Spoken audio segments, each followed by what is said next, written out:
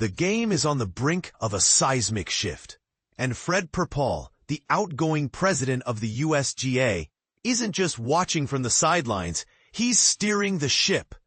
As the first black leader in the 131-year history of the governing body, Perpall has navigated a whirlwind era for golf. Record-breaking participation, a push for inclusivity, and a controversial decision that's dividing the golf world. But here's where it gets truly interesting. The USGA's plan to roll back golf ball standards, a move then sparked heated debates with the PGA Tour, manufacturers, and even fans. Is this a necessary evolution for the sport's future, or a power grab that risks alienating its core? Let's dive into the details and the drama behind one of the most talked about changes in golf's modern history. When Perpall took the helm, he inherited a sport at a crossroads. By 2024, over 47 million Americans were playing golf, a 38% surge since 2019. Yet the game's accessibility and sustainability were under scrutiny. Perpall's tenure focused on two pillars: expanding access for underrepresented communities and addressing the environmental and logistical challenges of modern golf.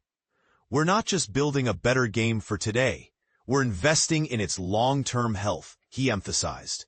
But the most polarizing move? The golf ball rollback, which aims to curb the explosive distance gains from modern equipment. And this is the part most people miss.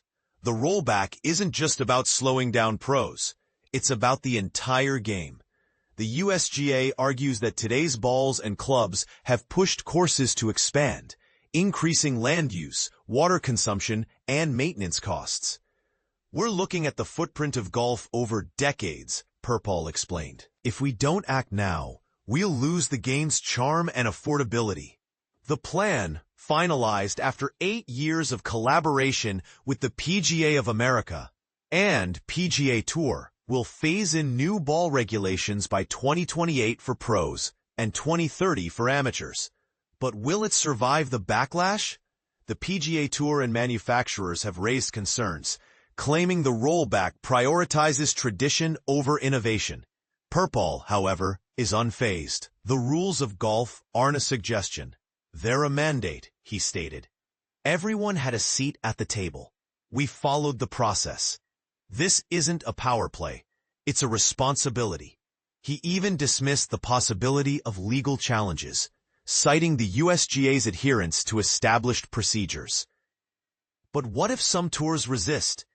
You won't see a USGA or RA championship using non-conforming equipment, he said. The rules apply to all, or they apply to none. Then there's the elephant in the room: diversity. As a trailblazer in a historically exclusive sport, Perpall has championed initiatives to broaden golf's reach. Two programs stand out: a leadership pathway for 50 young players from underserved communities, and a $50,000 annual development grant for elite juniors. This year alone, 50% of grant recipients were women and minorities. If a kid can play, their background doesn't matter, Perpall said. We're leveling the field, literally and figuratively. Yet at tournaments like the US Junior Amateur, diversity remains a work in progress. The game's exclusivity didn't happen overnight, he acknowledged. Changing it won't either. So where does this leave golf? Perpall sees a future where the sport is more inclusive, sustainable, and resilient. When you care about something, it becomes personal, he said. These programs aren't temporary, they're permanent. But will the golf ball rollback achieve its goals, or will it become a flashpoint for generational divides? And is the USGA overstepping by dictating the sport's direction, or is it simply keeping pace with a changing world? We'd love to hear your thoughts. Do you support the rollback, or do you think it's a step backward? Share your perspective in the comments below, because the game's future isn't just about rules, it's about people.